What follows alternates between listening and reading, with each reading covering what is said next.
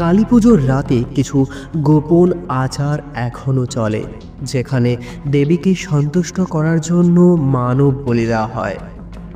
আজ গল্প ঠিক তেমনই একটা বলিকে নিয়ে লেখা হয়েছে।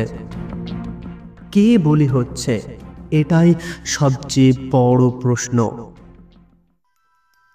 কলকাতারই খুব কাছের এক গ্রাম শীতলপুর, যেখানে প্রতি কালী পুজোর একটা বিশেষ পুজো হয়।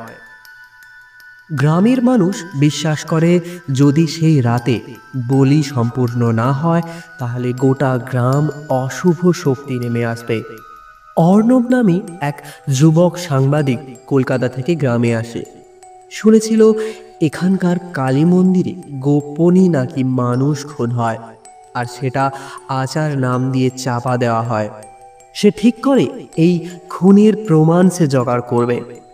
কিভাবে সেটা জানে না, কিন্তু তার মনে একটাই লক্ষ্য, খুনের প্রমাণ। রাত তখন 11:50, চারিদিক ফাঁকা।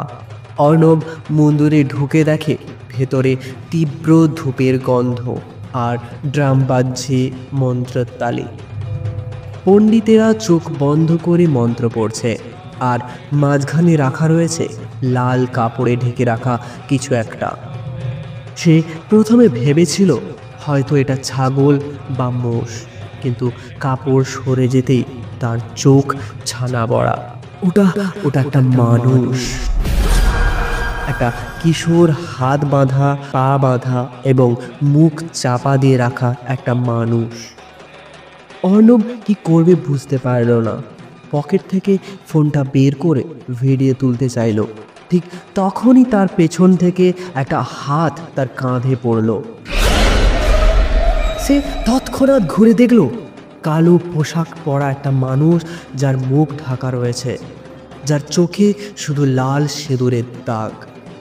অর্ণব এই দৃশ্য দেখে ঘাবড়ে গেল, কিন্তু সেই লোকটা ফিসফিস করে বলে উঠল, কে তুমি? তুমি এখানে কি করছো? তুমি এগুলো সব দেখে ফেলেছো? আর তোমাকে ছাড়া যাবে না। হঠাৎ চারিদিকের বাতি নিভে গেল, শুধু প্রদীপ আর হোমের আগুনের আলোয় মন্দির ঝলসে উঠল। সেই ছেলেটির আত্মচিৎকার আর ড্রামের গর্জন মিশে গেল একসাথে। অর্ণব পালাতে চাইল, কিন্তু দরজাটা বাইরে থেকে কে বন্ধ করে দিয়েছে। যেন মনে হচ্ছে ছায়াগুলো নড়ছে, যেন কালো মূর্তি দেওয়াল থেকে বেরিয়ে আসছে। অর্ণব ভয়ে প্রাণপণে দরজার দিকে দৌড়ল।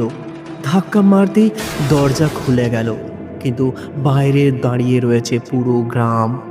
সবার হাতে মশাল, চোখ ফাঁকা, যেন তারা সবাই ওই একই অন্ধকার শক্তির কবলে। শেষবার সে শুনল কিশোর গলা কাঁপতে কাঁপতে বলছে, ভাইয়া, ভাইয়া বাঁচাও আমাকে, বাঁচাও। তারপর এক ঝলক আগুন আর ড্রামের গর্জন, আর অন্ধকারে মিলিয়ে গেল তার সেই চিৎকার। কালী পুজোর ঠিক পরের দিন সকালবেলা খবর কাগজে বেরোলো, শীতলপুর গ্রামে অজ্ঞাত সাংবাদিক নিখোঁজ। স্থানীয়দের মতে এমন কাউকেই তারা দেখেনি, কিন্তু গ্রামের কালী মন্দিরের দেওয়ালে সেদিন নতুন লাল দাগ পড়েছে, যা মুছতে পারেনি কেউ।